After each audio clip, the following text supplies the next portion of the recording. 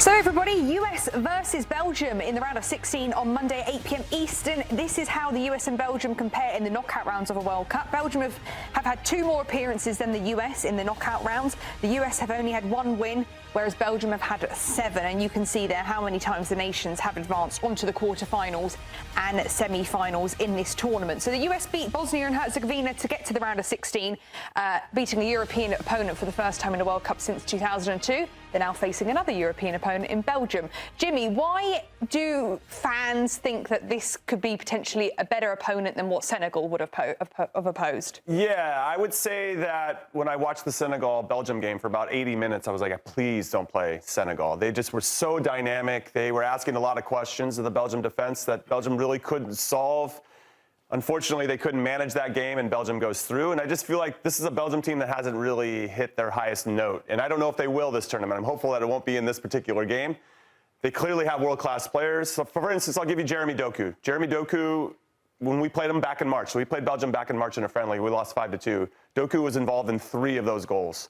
In this tournament, no goals, no assists. At some point, he's going to come alive. I just hope it's not in this particular game. And so that's my little bit of a concern.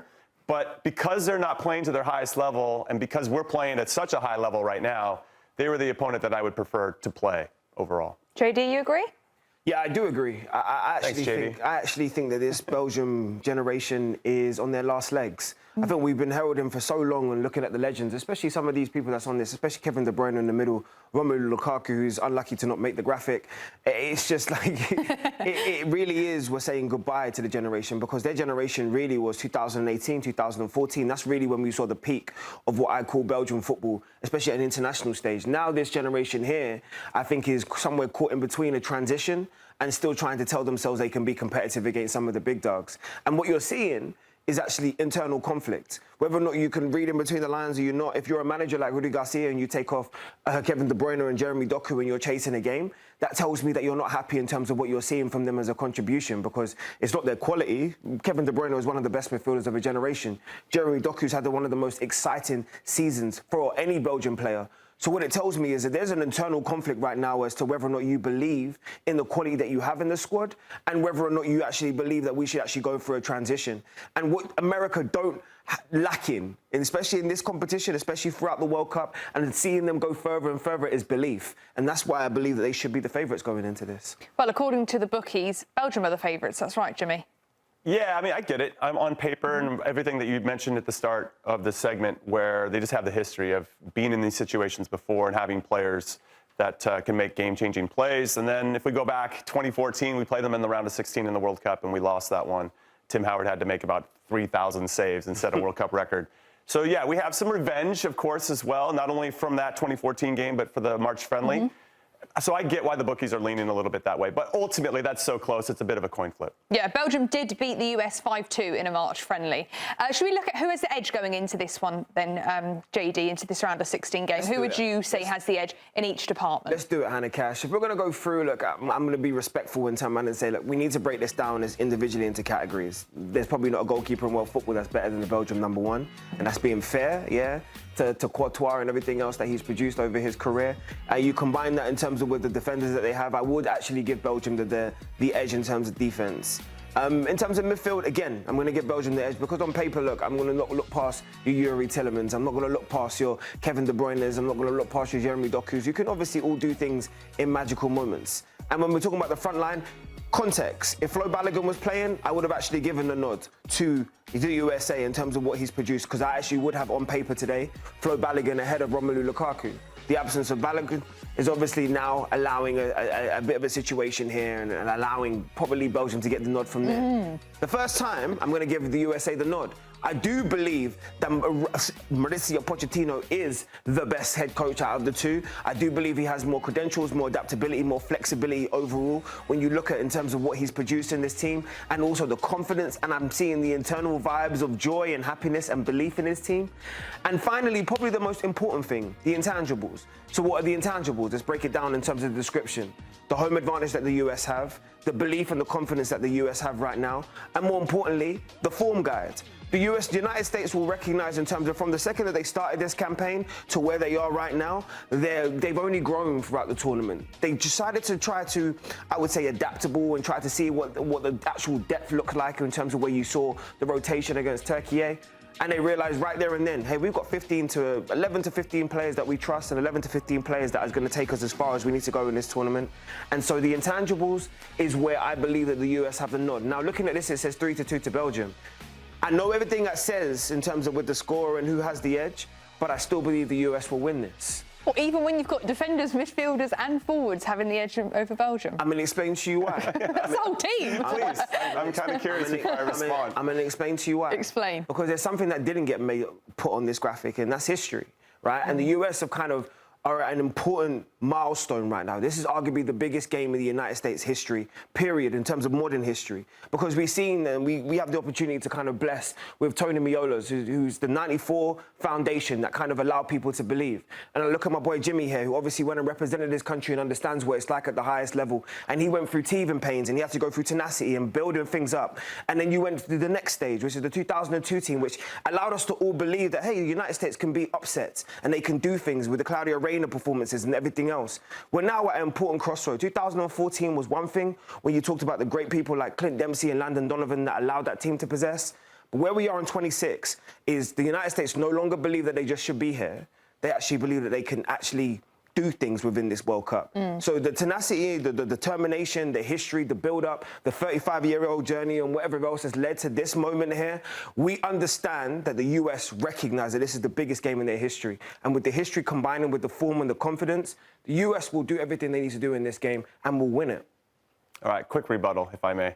I wish the goalkeepers and defenders were split, because I would give it to Courtois, but I think our defenders have been better. Talk your talk. Okay, yeah, no, I understand where you win all that. Midfield, when you look at it on paper, for sure, Belgium's super talented. But when I look at what Tyler Adams and Malik Tillman and Weston McKennie have done and how they've been running midfields and just overrunning teams, and because I think that we're younger and fresher and hungrier, I think that could be more of a split. And then forwards without Balogun, okay, that's fine. I'll give you that one. But overall, I just think there's a lot of nuance in this. And so I know you have to kind of speak overall.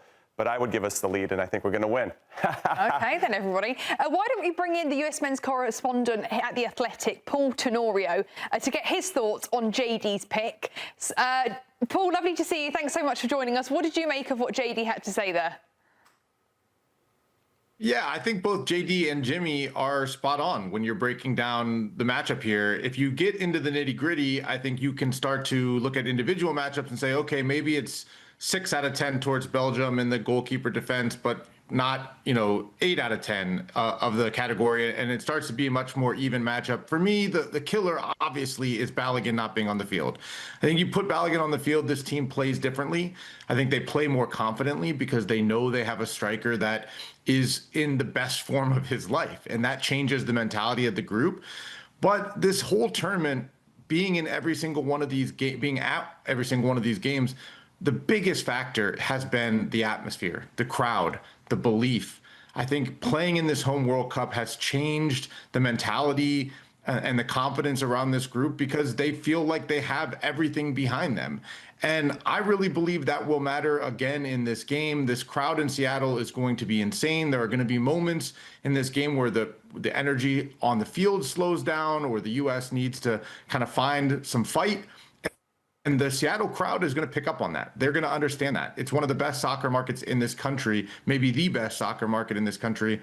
And I think that part of this equation should be given even more weight when we look at it, even more than some of the on-field matchups. So I do think that this is more of a coin flip game than we all want to admit. But in a coin flip game, I'm going to lean towards the home side. All right, let's talk about strikers then. Obviously, Flo Balogun is out, Paul. And it's been heartbreaking, and I'm still in my feelings about that whole situation. What are we going to do? What's the plan? What have you seen? Has Mauricio Pochettino leaked any ideas? Because I'll use this as context. Against Australia, when Christian Pulisic was out injured, we didn't know if he's going to go for a like and put another midfielder in, and he elected to go 2 strikers. So I feel like he might try to flip some things in terms of what we predict. Where are you leaning on this? Yeah, he certainly has not given us any indication. I tried, actually match day +1 in San Jose during the regen session. He came over and chatted, and we were all kind of trying to probe what he was thinking. And he just was absolutely he laughed and was like, yeah, I'm not telling you guys even one thing about what I'm thinking. But I do think there is some interesting history here for Pochettino. When you look at the Spurs team that went to the Champions League final, Harry Kane was injured in the quarterfinal. And in the semifinal against Ajax, he went with two wingers up top. Lucas Moura and Sonny played up top, and Lucas Moura scored a hat trick that ended up completing the comeback for Spurs and sending them to the Champions League final. And that is an indication, Jimmy, that don't just think it's going to necessarily be like for like and it's going to be Ricardo Pepi that goes up there and nothing else changes. You could see something where Christian Pulisic moves up top and he brings another midfielder in, or maybe he brings Haji Wright in as the striker because Haji Wright has played as a winger, and he tells Christian and Haji to be more interchangeable up top to give a different type of look for this team. There are a lot of options on the table, and I think Pochettino is going to go through all of them. One thing he did say that I found interesting is that they really want to look at what they see Belgium doing, both what they're doing well and what they're not doing well, and to kind of make their decision based on that. So it's not just about what players have been performing in training or playing the best. It's also how can we take advantage of this matchup, which is what he said after the Australia game. They looked at Australia. They said, we think having two forwards to occupy the center backs is the best way to approach this game without Pulisic on the field. So that's going to be a big part of this equation as well. Paul, production want me to ask you about Poch's contract, but I want to ask you a different question. I actually want to ask you whether or not you believe that this is the biggest game in modern history for the US. Looking at the journey they've been on, where they've been in terms of World Cups and seeing the internal confidence, especially for inspiring the next generation, how big of a game actually is this on paper? Oh, yeah. I mean, it's enormous. This is everything for American soccer. I mean, we talked going into this World Cup for years about how it could be, quote unquote, rocket fuel for the sport. And I think this game is kind of about that, right? How we talk about this team, whether they do something different than has been done before, it all falls down to this game. We've seen U.S. teams go to the round of 16 in 2022 in Qatar, in 2014 in Brazil, 2010 in South Africa, go on down the list. To get to a quarterfinal is doing something different. And that's inspiring belief that U.S. soccer and American men's soccer can be different than what people think about them. And this team has already started that process, right? They've pulled people onto the bandwagon with the way that they played, the confident approach, the likability of the squad, the scenes in the stadium, all of those things that are inspiring people who normally don't tune into soccer to watch and to say, hey, maybe this U.S. team is better than we think. But winning this game changes some minds for good. And I think that is why it's such an important moment for the U.S. men's national team and for American soccer in general. Wow, what a game it's going to be. Paul, thank you very much for joining us. Great to see you. Yeah, thanks so much for having me, guys.